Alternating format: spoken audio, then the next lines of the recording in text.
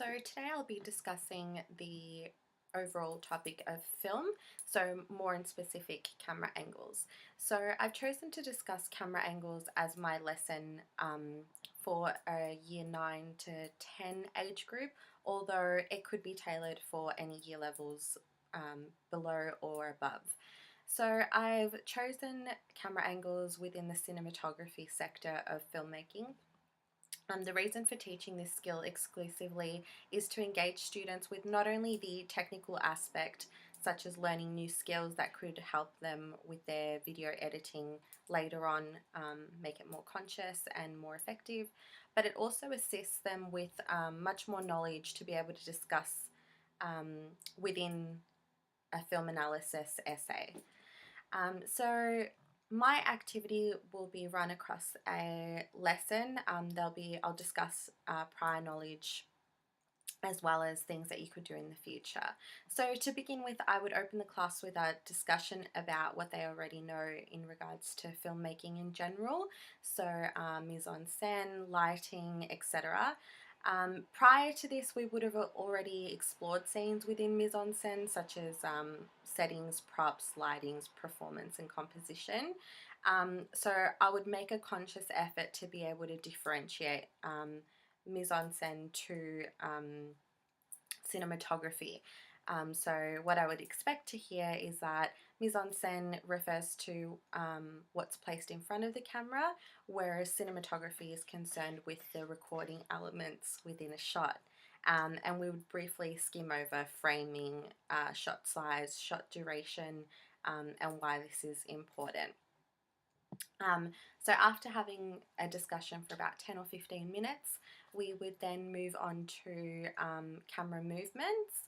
So I'd show a video which I will link down below and in my email, but I would ask the students to pay attention to the camera angles and the effect that it gives the viewer.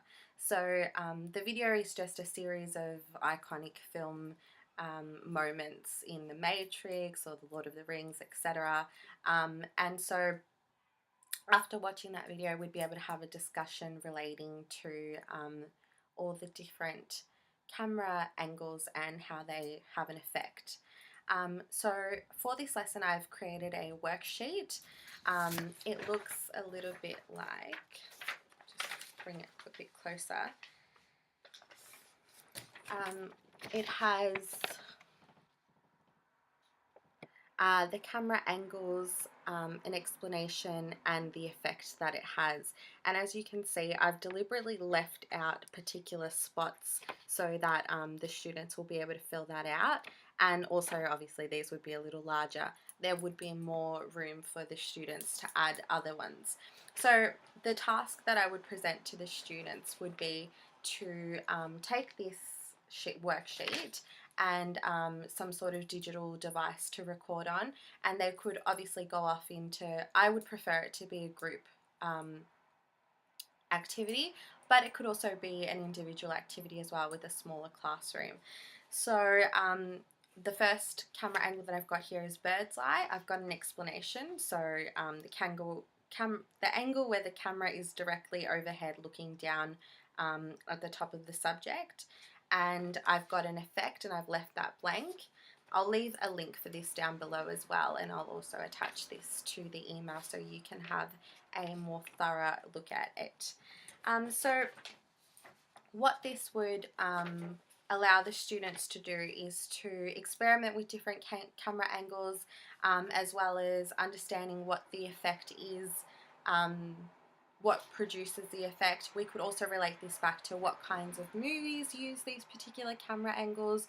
So maybe like common horror films might always kind of be at a lower angle to make things much more dramatic. Following this experimenting with the different camera angles, I would be able to stop in between and get the students to look at another video, which I will also link down below. Now the video just breaks down any students who are having a bit of trouble with the different camera angles. It just simplifies it a little bit more, and and shows a more direct and concise way of looking at camera angles. So I thought that was a really good example. And to conclude my lesson, we would all come back to a group discussion where we would share all the different angles that they've experimented with, maybe put some videos up on a projector and share them with the classroom. And yeah, I think that's a really great way to reflect upon what we've learned for this lesson. In terms of the curriculum, I haven't been able to access any of the Victorian Australian curriculum or ACARA media strands for some reason, so I'm just going based on what I believe would be the kind of correct year level. So I think, as I said at the beginning, this would be tailored to a year 9 or 10 year level, but also it ties in with film analysis, so I think it's a really nice introduction into that. So I think that this particular skill, as well as other skills, could be talked about more thoroughly and then lead to a film analysis essay. So I think the students need to have a consciousness about audiences in general, as well as a consciousness to production. So the fact that nothing is by accident and everything has a purpose. They need to be able to speak explicitly about camera angles in a film analysis essay, and I think that's vital to structure and depth. So as I said, this was a really good introduction to moving forward. So the 4 resources that I've collected for this activity include, I've probably already spoken about them, but one of the ones that I haven't spoken about is a reading by Bell, Ian and Udris from Studying Film, which is a textbook, and this chapter 8 is the language of film. So I just feel this reading is a really good reading for any teachers who will be discussing film, cinematography, and things within that nature. It's also a really nice handout to give out to the students for them to just have and be able to refer to. It discusses a bit of everything. It has framing, shot size, shot duration, camera movements, etc., and everything concerning mise-en-scène and things like that. It goes into editing as well, so I felt that was a really nice reading to have. My second resource is a YouTube video. So this could be supplemented with any kind of film or any other YouTube video.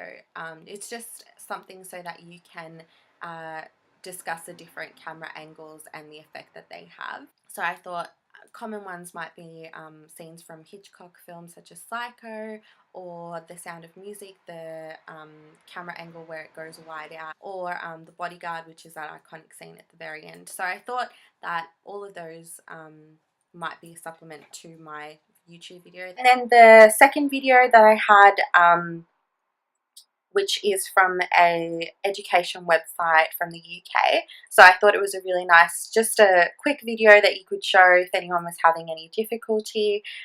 It could also be used to kind of start the discussion as well. So I thought that was a little bit helpful. And then my third resource is the worksheet that I've created. So I have attached a link to this down below or in the email. And yeah, so that concludes my lesson plan on camera angles for my vlog 1. So hope you enjoyed. Thank you very much.